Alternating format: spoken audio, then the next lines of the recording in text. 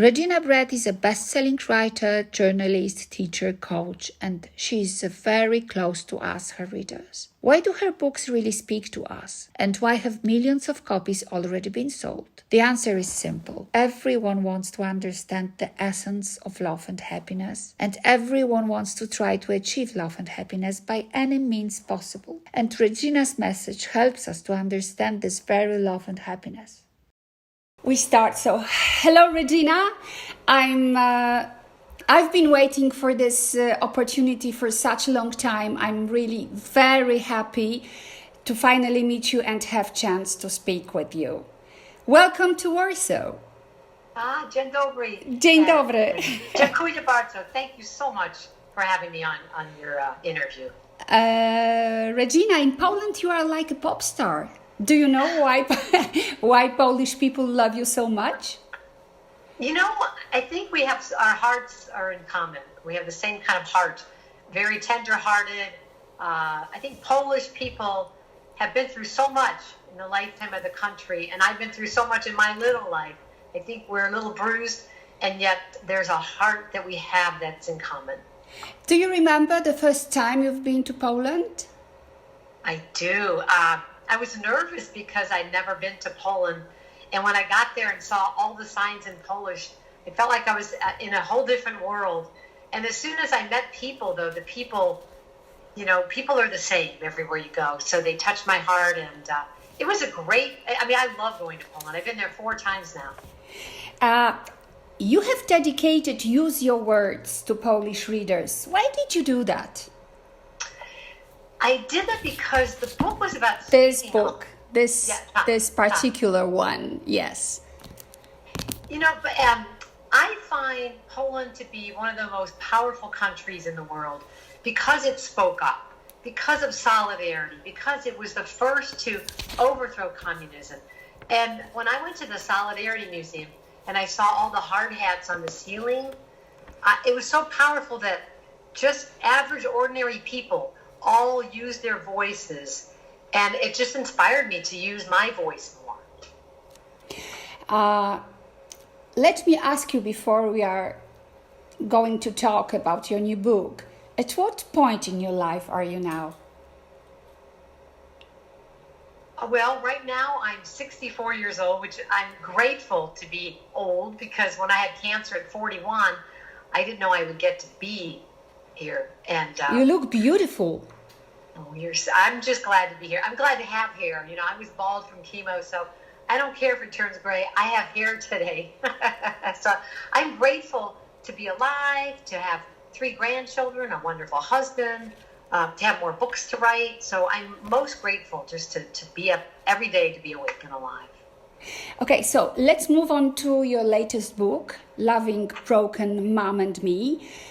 In Poland, the world premiere of this book takes place. So, wow, thank you very much for this opportunity.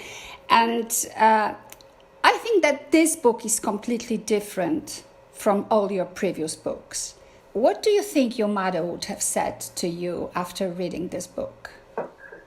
You know, I believe that my mom, at the end of her life, was able to make peace with who she was and who she wasn't. And I think she would have been glad that I found my voice, because I don't think she ever really found hers. I don't think my mom could speak up for herself, so she couldn't speak up for us. So I think that the mom at the end of my life would give me a high five and say, I'm glad you found your voice. The mom I had growing up probably would have told me, don't talk, don't say that, because we're taught, don't share anything, keep secrets. But in America, there's a saying that you're only as sick as your secrets, that what you keep secret can hurt you. Did your mother know that you write this book? No, I wrote this after my mom died, but I wrote the other books while my mom was alive. And there are some chapters that talked about how difficult it was growing up. And my mom loved all my books. I think I had an ability to speak up that she wished she would have had. And I think she was proud of me, even though she couldn't always say it. You know, she bragged about me to all her friends. So I feel like she's with me in spirit, and I think she's my cheerleader now, cheering me on. You know, in your book, Mom and Me, and that was very touching for me, you wrote, "Your mother is your first home." Please tell us what kind of home this was. Why did you want to return to this first home? Why did you take this journey, this difficult, sometimes hurting journey? Well, I think I had to kind of return to that after my mom died to really come to love the mom I got. It wasn't the mom I wished I would have had, but I had to come to love the mom that I got. And so I had to kind of go back in time a little bit and understand her and how she was wounded in her life. Because, you know, people who are hurt tend to hurt people unless they get healing. So writing this book helped me to heal me so I could be a better mother, so my daughter could be a better mother, so her kids could be better. I think once we heal it for everybody. Regina, how do you want to remember her? How do I want to remember my mom? I want to remember my mom.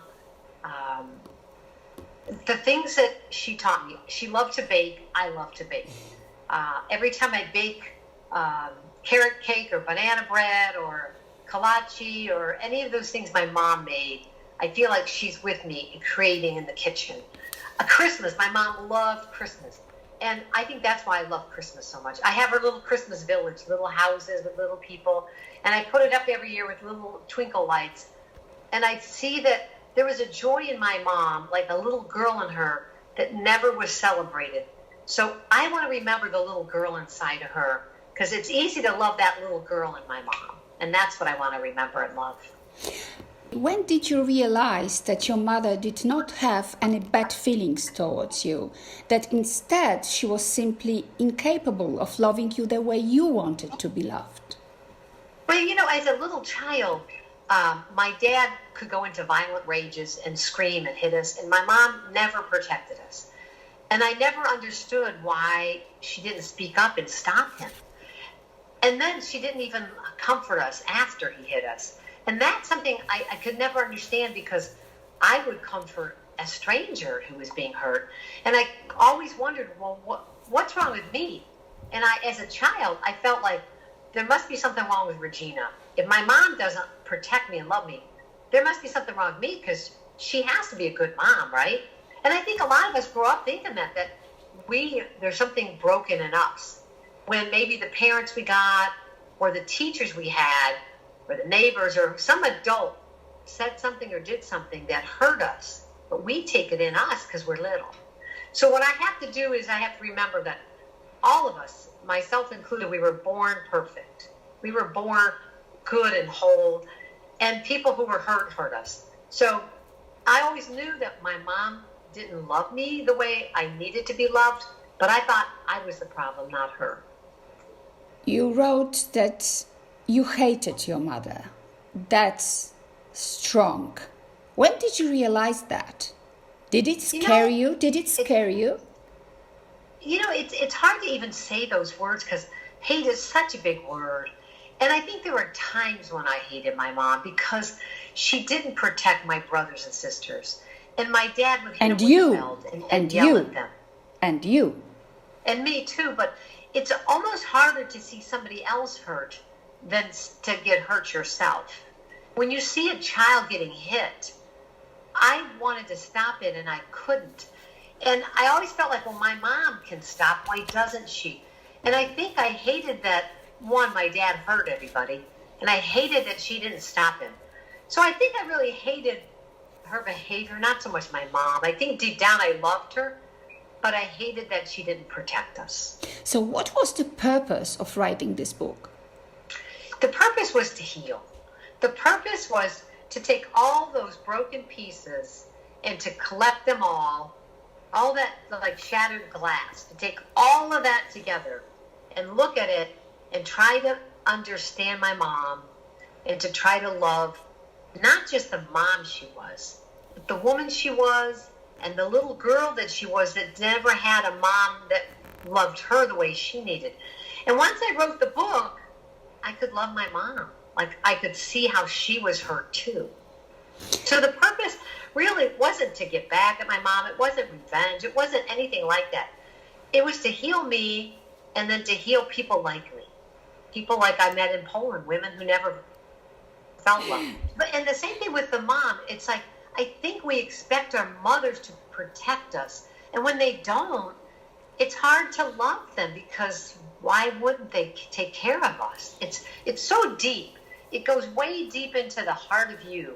And two, that means she gave birth to you. She's supposed to be your number one protector. And when your mom isn't, I think it breaks something inside you, and you feel either that you're not worthy, or you wonder, like, your whole life, am I not good enough to love?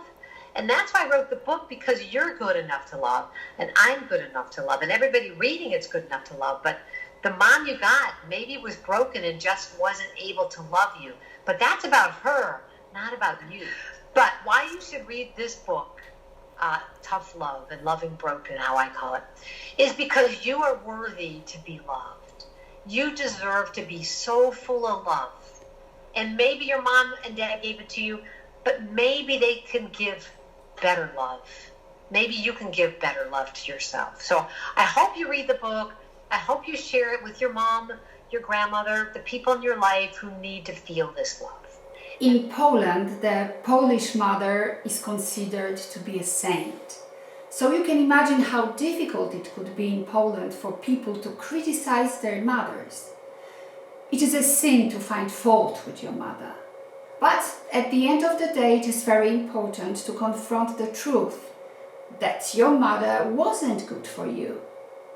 How to achieve the truth? Well, I think, number one, when we say our mothers were saints, you know, anybody that could give birth to a life, that's a great power, okay? My mother gave me birth, and I thank her for that gift. And I hope you can for your mom. But that doesn't mean they did everything perfect. But here's the thing. Saints aren't perfect. If you read the lives of the saints, they made all kinds of mistakes. They did things wrong, and God still loved them and helped their lives be really powerful. I love St. Ignatius. Pick one saint. St. Ignatius. He was with women. He was in the war. He was out there reckless, and he had his leg shattered by a cannonball. And when he was recovering, that's when he found God and became a saint, because he started to love in a different way. So that doesn't mean everything your mom ever did was holy and good. Just like the real saints with the halos, they didn't do everything perfect. And that's why God picked them, because a saint is somebody who God comes to love and uses their life to show people how to love. Now, your mom, when it comes to criticizing her, I'm not going to go to my mom and tell her what she did wrong, but I'm going to open my heart and say, Mom, I would like to have a better relationship with you. That means we have to be honest. I would love to share honestly, Mom, so we can come to love each other better. I think you start from your heart and open it, not from just all that, what she did wrong in your head. But we don't just start with criticizing, but we go to our mom and say, you know, I know you did the best you could. I needed other things, and I want to talk about how we can have a better relationship. You don't have to just accept whatever you got. And your mom probably wasn't loved the way she needed to be loved. Yeah. Think about it. Absolutely. Poland. Oh my gosh. You guys have been in survival mode for all through the Nazis, all through the communists. But you haven't had a lot of years of just time to be free and joyful. Your mom and grandparents didn't get all of that. But in the open, you can't say it in Poland. That's right. No, it's but very difficult. A new difficult. Poland. Yeah, I hope so. With your book, with your books, with this so. book, I hope so. Yes, you know, in Poland we are a very Catholic country.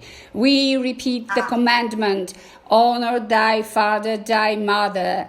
You know, but how can we respect parents that have never treated us well? That's hard to do. It's hard to respect them. But I don't think we have to respect them. I think what we have to do is find a new way to love them. And if we see them as they were children who survived probably worse than we did, and they were broken by that, whatever they had to go through, they didn't have anybody to heal them. They didn't have Oprah on TV telling them how to get better. Yeah. They didn't have self-help books to read. they just had to figure out how do I build my house now that Nazi Germany burned down everything I owned, or my mom, everything they lost in the Great Depression, how do they get a new home, those kinds of things. I think we start with that St. Francis prayer, to understand instead of to be understood, and to forgive instead of wanting forgiveness. So we don't have to love the way they treated us, and we shouldn't love the way they treated us, but we can love the person that was hurt, that didn't know any better, that didn't know how to do it better. How did you find your voice as a writer? Well, how do I, you find your voice, I think, when you pick up just a piece of paper and a pen and you just start writing.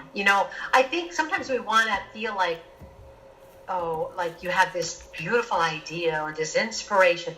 And sometimes you just have to sit with a blank page, which is scary, and just write it. And so for me, anytime I'm in pain or all my thoughts are swirling around, I have to write. It's my only way to calm my brain and to calm my heart. So for some people, maybe it's singing, but for me, I found my voice that way, by picking up a pen and just write. Every day I write. Every morning. This morning I wrote. Tonight I'll write. Every day I write. What advice would you give to those who would like to change their lives but are unable to? How to start to change your life? Wow. I think That's the crucial question, believe me. What's that? That's the crucial question. True. Where to start?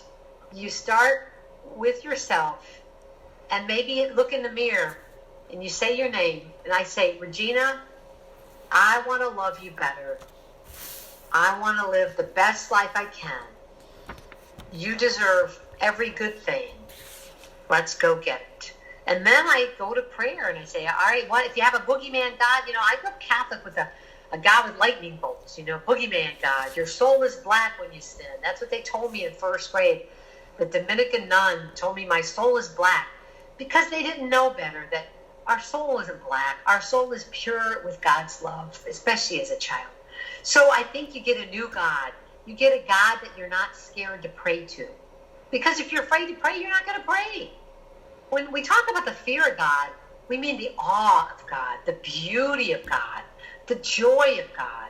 But some people translate it into like the lightning bolt fear of God, who's going to punish you. Enough of that, man. To me, that's not God. God is saying, so God is different than your parents. Yeah.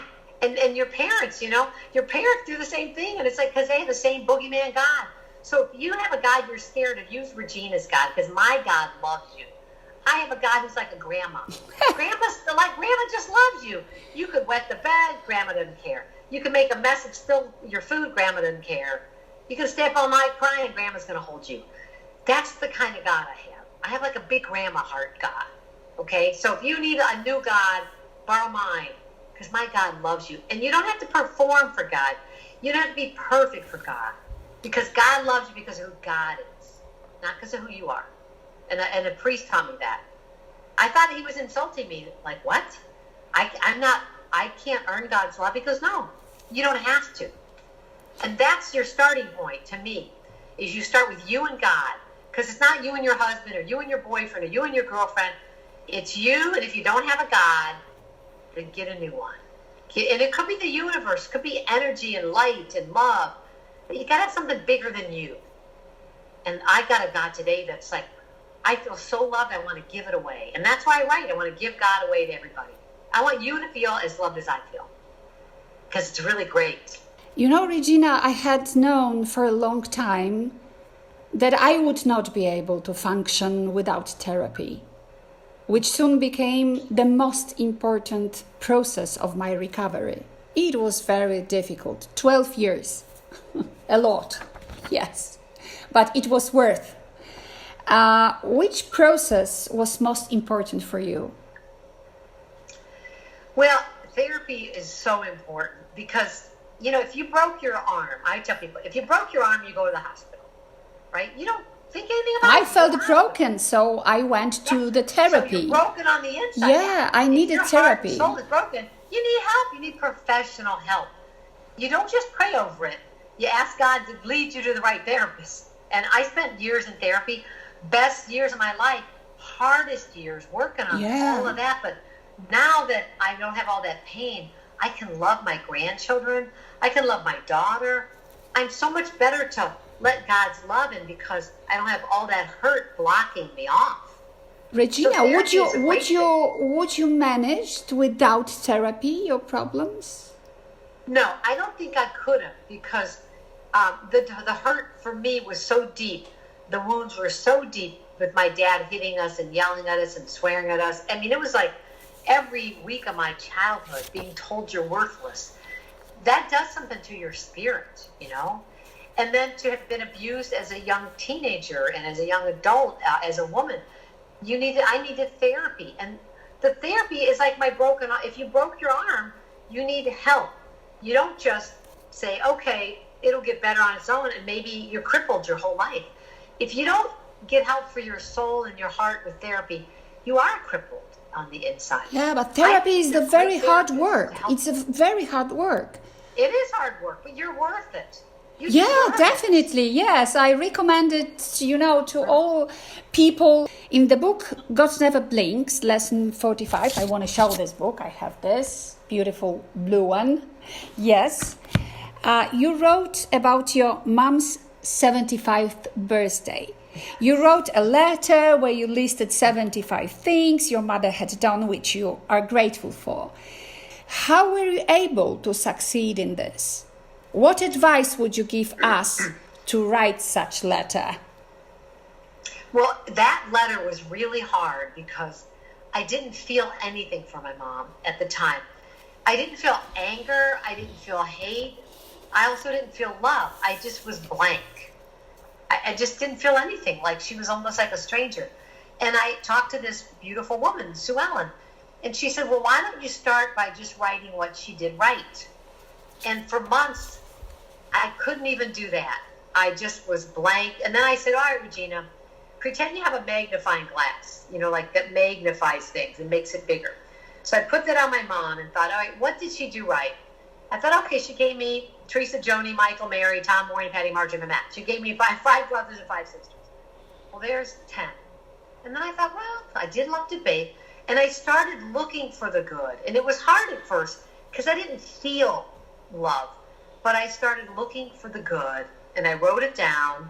And every day I wrote a few more things. And pretty soon, it was like when you pull a thread on a sweater and it starts to unravel. I pulled that thread of what she did right, and I could find more things and more things.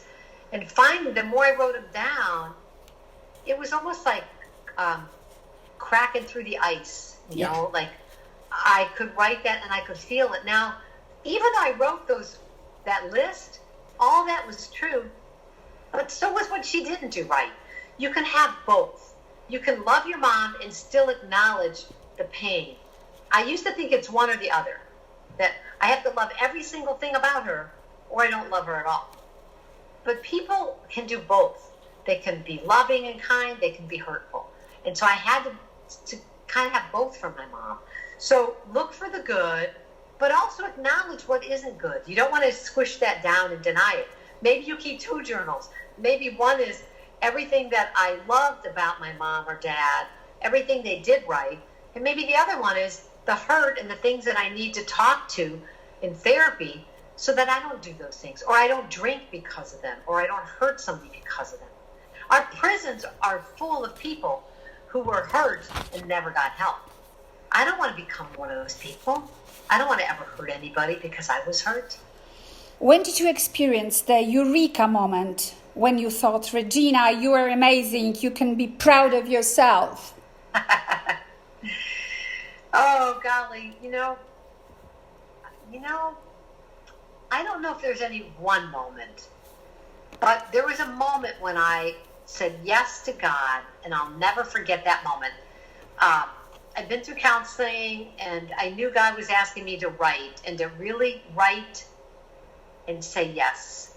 And I was it was snowing like crazy, one of those Warsaw kind of winters where the snow is just pouring down, and we had the same weather in Cleveland. And I looked up in the sky, and it was like pillows of snow. And I said yes. And I said yes to God. And everything changed in my life. I felt like I surrendered and said, whatever you want to do with me, God, I am yours. I don't even know what this means, but you have my yes, and I'm never going to say no to you, God. And it was scary and exciting, and I felt like it was the eureka moment of my yes to God. Now, as far as feeling great and good and all that, I have moments where that I call it the Holy Spirit moment, where you feel so filled with the love of God. You're like a fountain, and you just want it to pour on everybody. It happens in Poland when I'm there.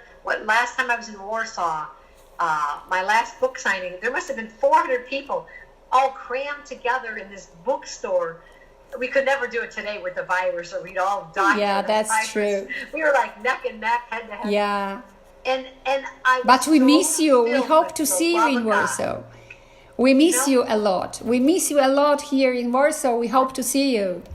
I got to tell you, being at that big book signing with 400 people, and I stood there going, it was like a big love party.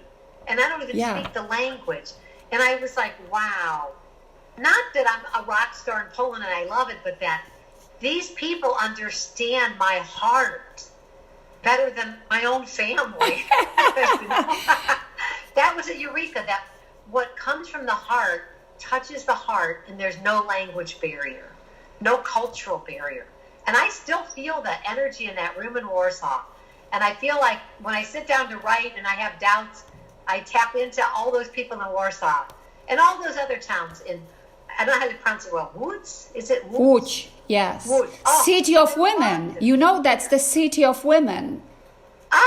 Yeah, in our history with a huge tradition. Women workers, fantastic city. Yeah. I just felt good energy there.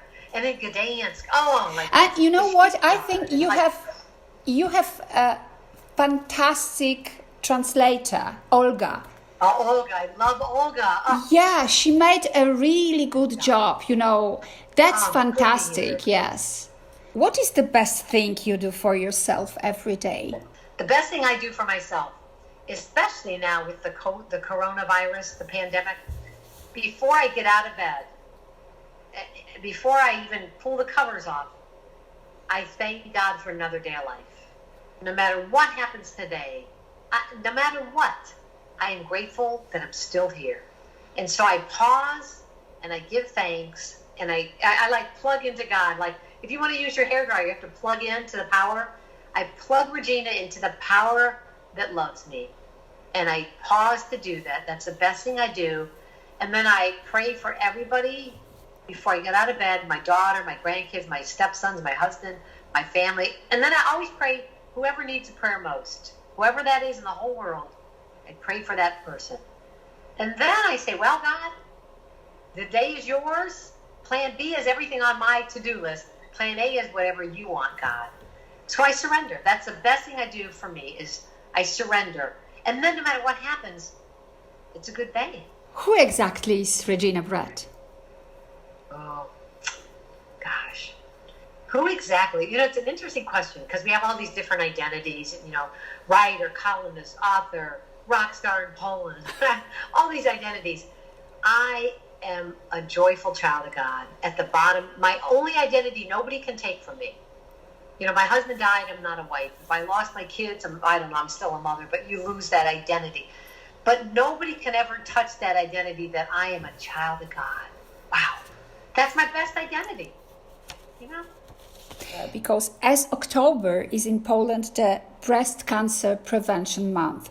I think same in United States. Yes, that's the very important month for us, for our sisters suffering from cancer. I would ask you about your personal struggle with cancer, to give, some inspiration for our sisters suffering from cancer. No, thanks for that reminder too. October, it's Breast Cancer Awareness Month.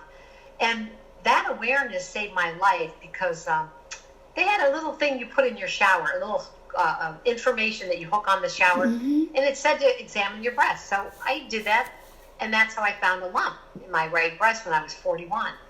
And I ended up, it was breast cancer, stage 2 at the time, big as a grape. It had spread to one lymph node, so I had to have chemo and radiation. And it was scary and it was hard. And I had no idea if I was going to live because my dad, my dad had a gene for breast cancer. We call it BRCA1, breast cancer gene 1. Same that Angelina Jolie has. Died of breast cancer. And I was the first of the next generation to get it. So I was scared that I'm going to die. And you know what I had to do? I had to go to God and say, here's my life. I would love to be here a long time, but I'm going to trust you with however long you want me to be here. And so I did all the treatment. I did the surgery. I did the chemo, lost my hair, was bald, was sick, radiation. And then I ended up having my breast removed because of this genetic mutation. Yeah. My daughter has the same mutation. Unfortunately, I gave it to her. At 29 years old, she had her breast removed. My daughter is now 41, the age I was when I had cancer. How does she feel? Oh, it's so amazing to be alive. She was 19 when I got cancer. And now I look at her and think, thank goodness we did everything we did. The surgery, the prevention. Anybody who's fighting breast cancer, it is scary and it is hard, but life is worth the fight. Whatever you have to do. If it's chemotherapy, radiation, surgery, life is so much bigger than your breasts. You know, if you have to lose them, it's sad and it's hard, but man, it doesn't stop me from doing everything I want to do in life. But how did you carry on fighting? You know, I had a God that was bigger than cancer. I said, well, God, I prayed and I every day asked for help, asked for courage. And you got to create your support team. Like, who are your people that can help you? Who are the people that can bring you milkshakes or ice cream when you can't eat anything else? Like, who are the people that can make you laugh? Who are the people that can help you put on makeup when you don't have eyebrows and no hair? So I made a list of my support, and I would call on them to help me, so I wasn't alone. You don't have to be alone. There are support groups at hospitals. There are friends. There are Facebook groups. So you're not alone. And do everything you can to save your life, because your life's worth saving. You had a double mastectomy. How did this affect your feelings of being a woman? You know, it was a hard decision. Even though I had cancer, even though I had a lumpectomy and I had scars all over me, you know, having the decision to have my breast removed, it was scary because there's no turning back. I mean, once you're done, like, they're gone. But I kept saying, like, I don't want to die with them. Like, I don't want them to look great in my coffin. You know, like, why would I keep something that could kill me? And I don't need it. I mean, breasts are beautiful on women and for women and all that, but it's not like brain cancer. Like, I need my brain to think. I don't need my breast to live.